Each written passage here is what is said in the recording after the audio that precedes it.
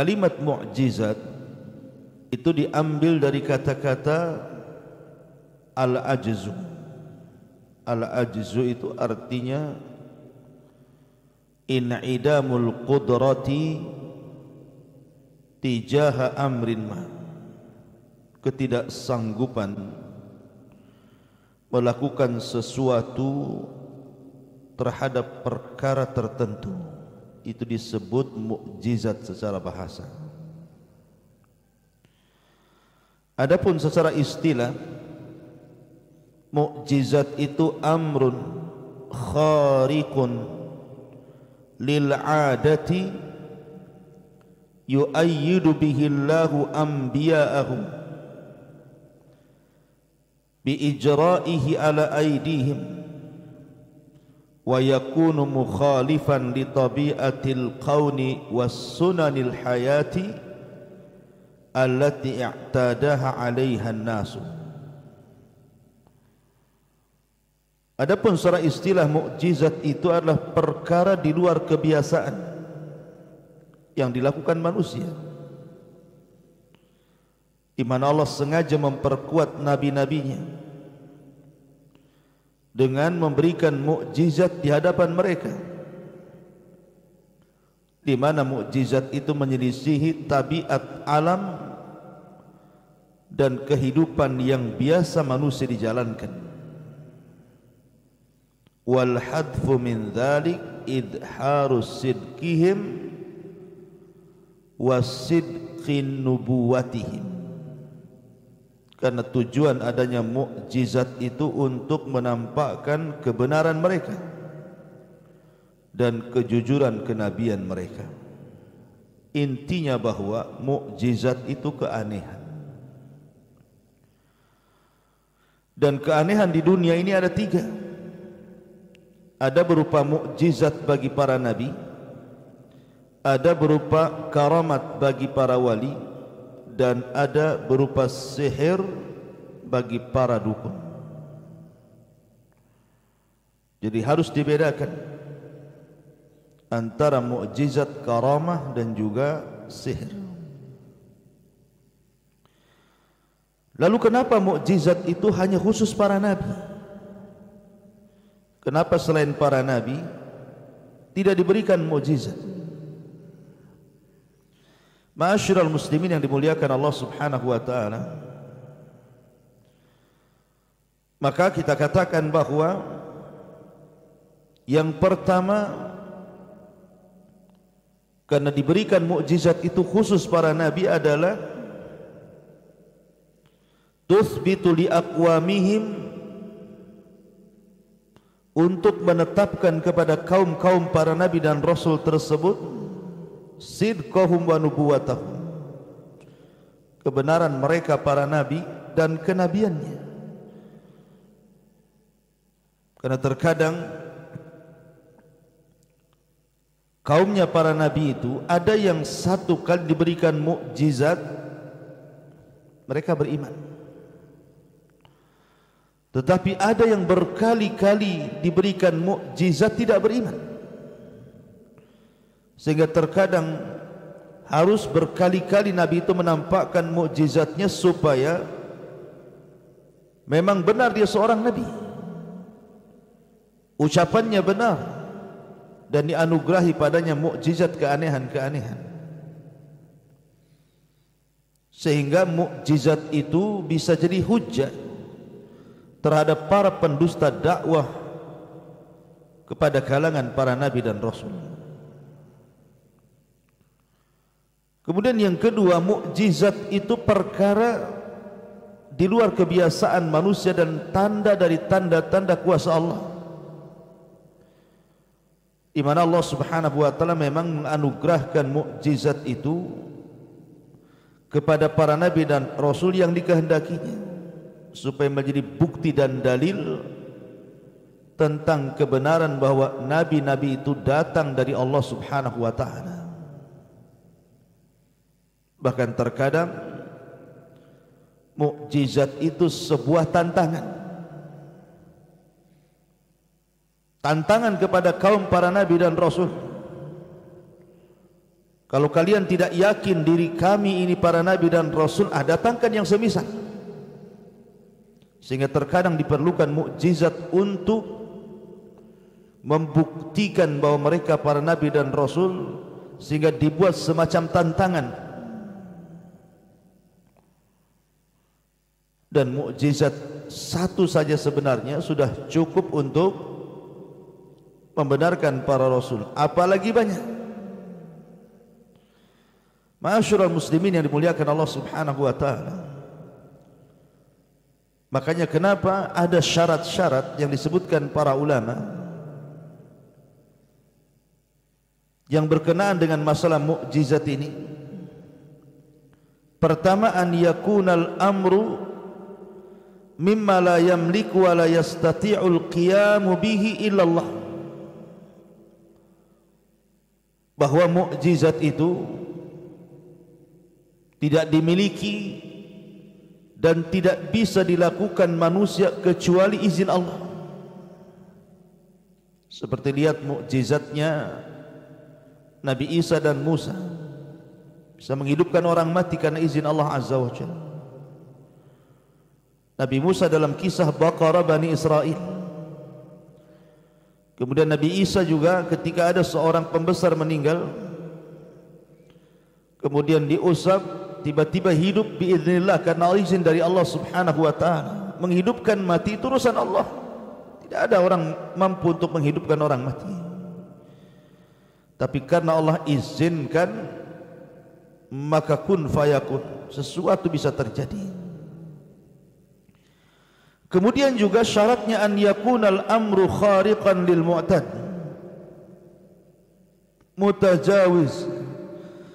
mutajawizan lissunanit tabi'atil ma'lufati. Faman idda'a an-nubuwata thumma akhbara bi anna mu'jizatahu dhallata 'ala sidqi nubuwatihim hiya tulu'u syamsi aw ghurubiha, fa inna kalamahu dhalika la yu'addu musaddiqan li da'wahu ma anna tilkal umur la yamliku fi'luha illallah illa annaha sunnatun kauniyatun ya'rifuha an-nas wa ya'lifunaha wa kanat mawjudatan qabla iddia'in nubuwah. Jadi mukjizat itu harus di luar kebiasaan adat manusia, melampaui kehidupan yang biasa dilakukan secara tabiat manusia. Maka kalau seandainya orang itu mengaku bahwa dia seorang nabi, kemudian dia menunjukkan mukjizatnya, kemudian kita katakan apa mukjizat kamu, kemudian dia mengatakan aku yang kemudian menerbitkan matahari dari timur dan menenggelamkan di barat, maka kita katakan kenabiannya dusta. Karena memang matahari terbit dari timur dan tenggelam di barat, kecuali kalau dibalik. Jadi mukjizat itu harus di luar kebiasaan tabiat manusia. Kemudian juga seseorang tidak bisa hanya mengaku, harus ada pembuktian. Ketika dia mengatakan saya bisa menghidupkan orang mati, artinya menghidupkan, betul-betul menghidupkan dari kematian menjadi kehidupan. Karena ada seseorang yang mengaku Tuhan, kemudian mengatakan ana uhyi wa umit, saya bisa menghidupkan dan matikan dengan cara mengeluarkan dua tawanan, yang satu dilepas, yang satu dibunuh. Kemudian dia mengatakan ana uhyi wa umit, saya bisa menghidupkan, matikan. Bukan itu, tetapi betul-betul terjadi keanehan-keanehan itu. Ataupun tidak boleh mukjizat itu sesuatu yang orang lain memiliki dan Anda memilikinya. Adanya kesamaan.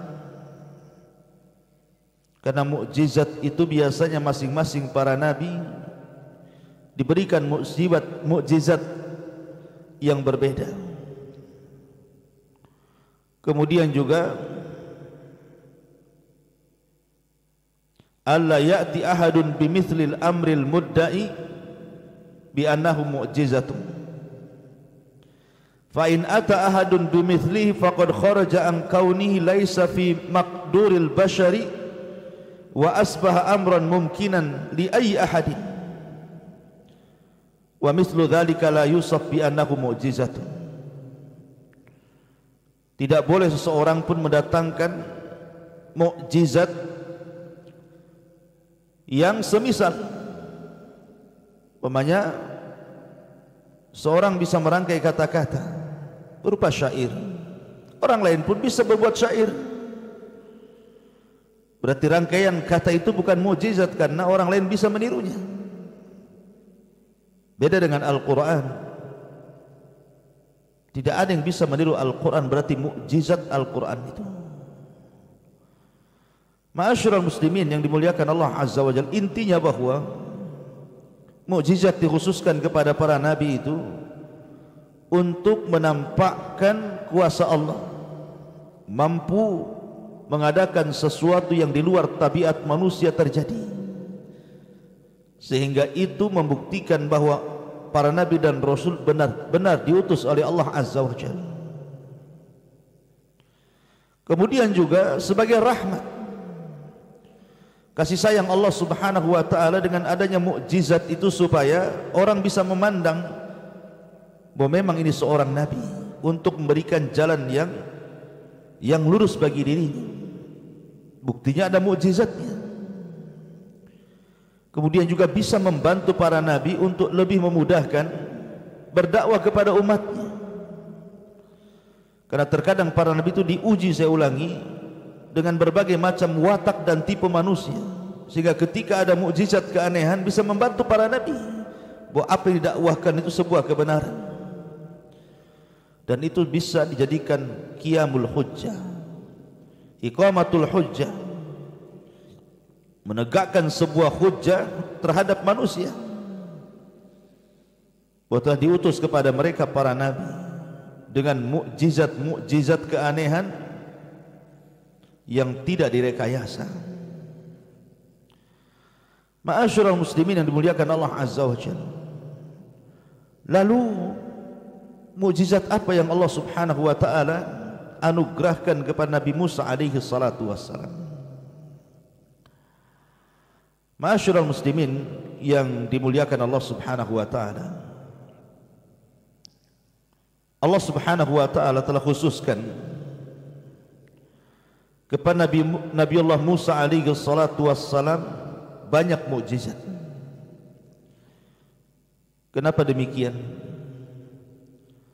Karena Fir'aun dan juga orang-orangnya serta Bani Israel itu berbeda manusia seperti mereka dengan manusia yang lainnya. Kenapa demikian? Karena berkali-kali ataupun tidak cukup satu dua kali tampakkan mukjizat, mereka tidak sadar. Ditampakkan satu mukjizat, mereka makin kufur. Ditampakkan dua mukjizat, makin kufur lagi. Ditampakkan tiga mukjizat, makin kufur lagi. Sehingga kekufuran yang berlipat ganda, yang terus menerus menjadikan Allah Subhanahu wa taala terus memberikan mukjizat kepada Musa untuk meyakinkan dia seorang nabi. Apalagi dia dihadapkan kepada seorang yang mengaku dirinya Tuhan, yang mengatakan ana rabbukumul a'la, saya Rabb kalian yang paling tinggi, yang mengatakan a ilahun ghairi, apakah ada Tuhan selainku? Fir'aun laknatullah alaihi. Maka dari sini Musa diberikan kekhususan yang dicatat dalam Al-Quran saja. Allah Subhanahu wa taala firmankan, walaqad ataina Musa tis'a ayatin bayyinat, dan sungguh kami berikan kepada Musa 9 tanda-tanda kuasa Allah, tanda-tanda kebesaran Allah yang nyata bagi Bani Israel, terkhusus bagi Fir'aun dan juga bala tentaranya. Lalu apa saja 9 mukjizat yang Allah Azza wa Jal anugerahkan kepada Musa itu. Yang pertama, al-hajar, batu yang terpancar air minum. Allah Subhanahu wa taala berfirman dalam surah Al-Baqarah ayat 60, wa idistasqa Musa liqaumihi faqul nadrib bi asaqal hajar fanfajarat minhu ithnata asyrata aynan. Dan ingatlah ketika Musa meminta air untuk kaumnya, maka kami katakan, pukullah dengan tongkatmu wahai Musa al-hajar, batu itu. Fanfajarat minhu ithnata asyrata ayna, maka keluarlah dari batu itu 12 air yang bisa diminum oleh Bani Israel. Kapan ini terjadi? Ketika Bani Israel berada di negeri Tih,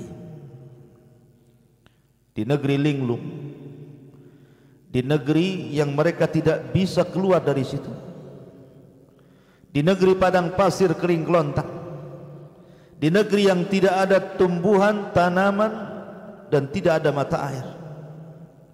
Mereka hampir kelaparan dan kehausan. Ardu Tih. Ketika mereka haus itulah mereka datang kepada Musa dan meminta air minum. Maka Musa pun memukulkan tongkatnya kepada batu, maka muncul 12 lubang mata air bagi Bani Israel. Kenapa mesti 12? Kenapa tidak satu saja rame-rame? Karena Bani Israel ini terdiri dari 12 kabilah, dan masing-masing kabilah punya kekerasan sendiri dalam hatinya, sehingga dikhawatirkan pecah, bertengkar. Makanya Musa memberikan satu mata air untuk satu kabilah. Kemudian yang kedua, syaqqul bahri, terbelahnya lautan. Dalam surah Asy-Syu'ara ayat 63 Allah mengatakan, fa'auhayna ila Musa anidrib bi'asakal bahra fanfalaqa fakana kullu filqin kataudil azim. Dan kami wahyukan kepada Musa, pukullah dengan tongkatmu Musa lautan ini. Maka ketika Musa betul-betul memukulkan dengan tongkatnya lautan itu, maka tiba-tiba lautan itu terbelah dan menjadi 12 jalan. Dan kapan itu terjadi? Ketika Bani Israel diajak melarikan diri oleh Musa untuk meninggalkan Mesir karena ada ancaman pembunuhan, pembantaian. Ketika mereka berada di hadapan mereka lautan, kemudian di belakang mereka tentara Firaun, dan mereka merasa khawatir sehingga mereka hampir menyalahkan Musa, dan Musa meyakinkan keselamatan mereka, innama iya rabbi sayahdin, sesungguhnya kebersamaanku dengan Allah, kebersamaan kalian dengan Allah pasti akan ada petunjuk jalan. Maka setelah Musa disuruh untuk memukulkan tongkatnya. Kemudian yang nomor 3, al-asa, tongkat itu sendiri adalah mukjizat Nabi Musa, di mana tongkat itu bisa berubah menjadi ular. Allah mengatakan, fa'alqa asahu fa'ida hiya thu'banun mubin. Dalam surah Al-A'raf 107 Allah katakan, maka Musa pun melemparkan tongkat, tiba-tiba menjadi thu'ban, ular mubin yang sangat jelas. Kapan itu terjadi? Pertama ketika mendapatkan wahyu, ketika Musa melakukan perjalanan balik dari Madian menuju Mesir. Ketika dia melihat pohon yang memiliki api dan tidak terbakar pohon itu, kemudian dia mendekati, semakin besar api itu, kemudian Allah mengatakan, innani anallah, sesungguhnya saya Tuhan wahai Musa. Maka kemudian Allah merintahkan Musa untuk melempar tongkat, tiba-tiba jadi ular. Kemudian juga ketika berhadapan dengan Fir'aun, maka ketika Fir'aun mendustakan Nabi Musa dan menganggap Musa ini adalah gila, maka Musa kemudian menampakkan mukjizatnya dengan cara melempar tongkat, tiba-tiba jadi ular.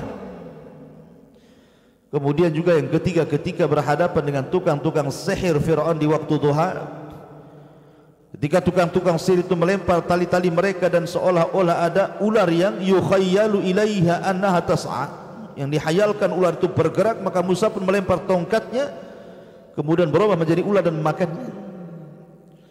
Maka ini mukjizat Nabi Musa alaihi salatu wassalam berupa tongkat. Kemudian yang keempat, as-sinin wa naqsus thamarah, di mana Allah Subhanahu wa taala menerima ijabah Nabi Musa, doa Nabi Musa yang merupakan mukjizat, di mana kaum Fir'aun dan Bani Israel yang ada di Mesir mengalami kelaparan hebat karena pacaklik yang berkepanjangan. Allah mengatakan, walaqad akhadna ala fir'auna bis-sinin wa naqsi minats thamarati la'allahum yadhakkarun. Dan sungguh kami telah siksa keluarga Fir'aun dan bala tentaranya dari kaum Kipti dengan pacaklik yang berkepanjangan dan terputusnya buah-buahan, tentu agar mereka ingat Allah Azza wa Jalla.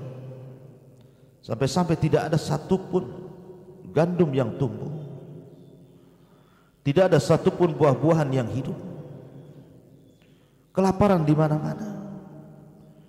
Tapi setelah mereka datang kepada Musa dan berdoa agar diangkat sinin itu, pacaklik dan kekurangan buah-buahan, sehingga akhirnya datang hujan dan tumbuh kembali, kufur lagi.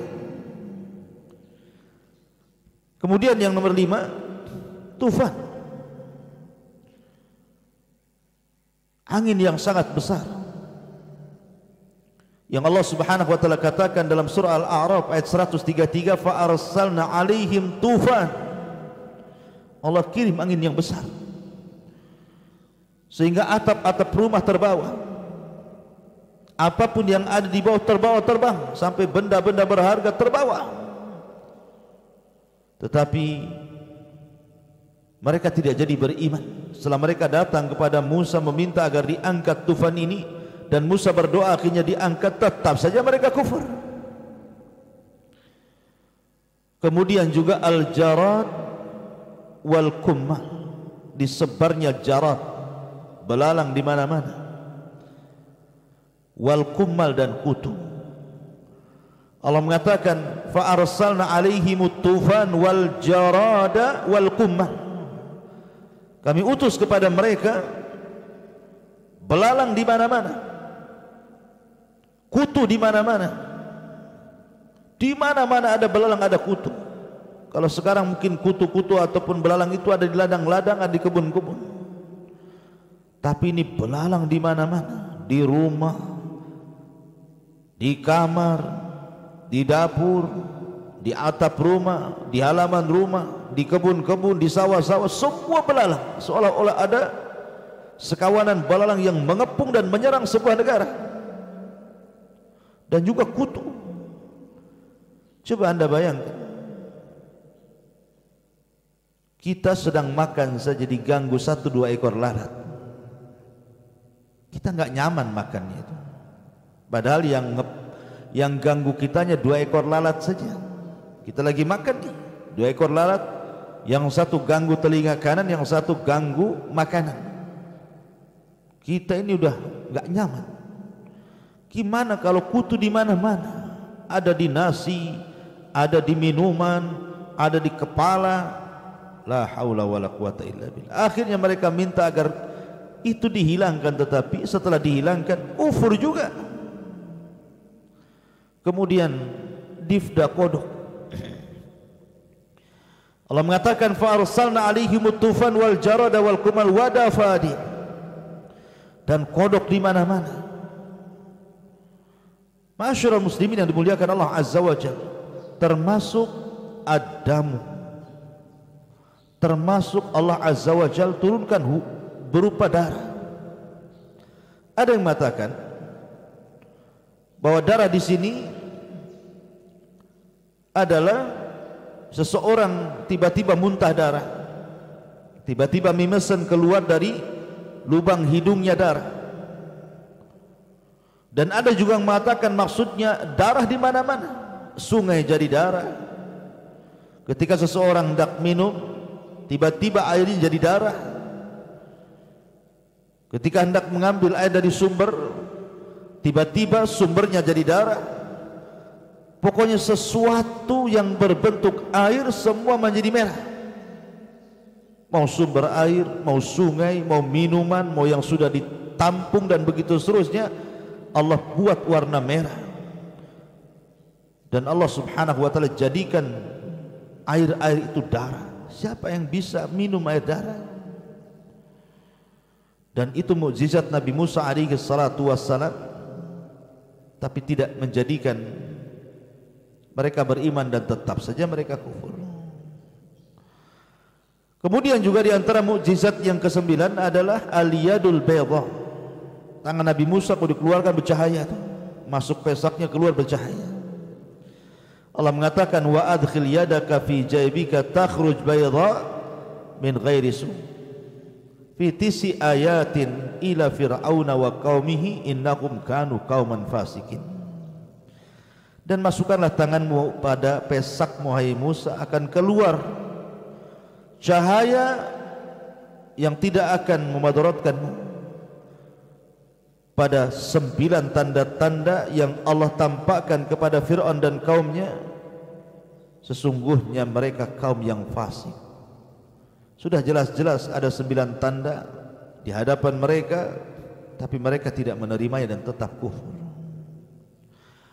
Ma'asyiral muslimin yang dimuliakan Allah Azza wa Jalla. Kemudian juga dari 9 tanda-tanda ini masih banyak tanda-tanda yang Allah subhanahu wa ta'ala anugerahkan kepada Musa. Seperti mampu menghidupkan orang mati dalam kisah Baqarah Bani Israel.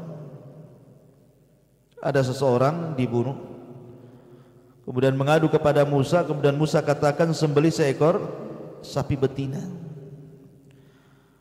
Kemudian mereka pun banyak tanya, akhirnya dipersulit, tetapi belakangan mereka dapat sapinya, maka mereka sembelih sapi itu, kemudian Musa memukulkan sebagian jasad sapi kepada orang yang mati itu.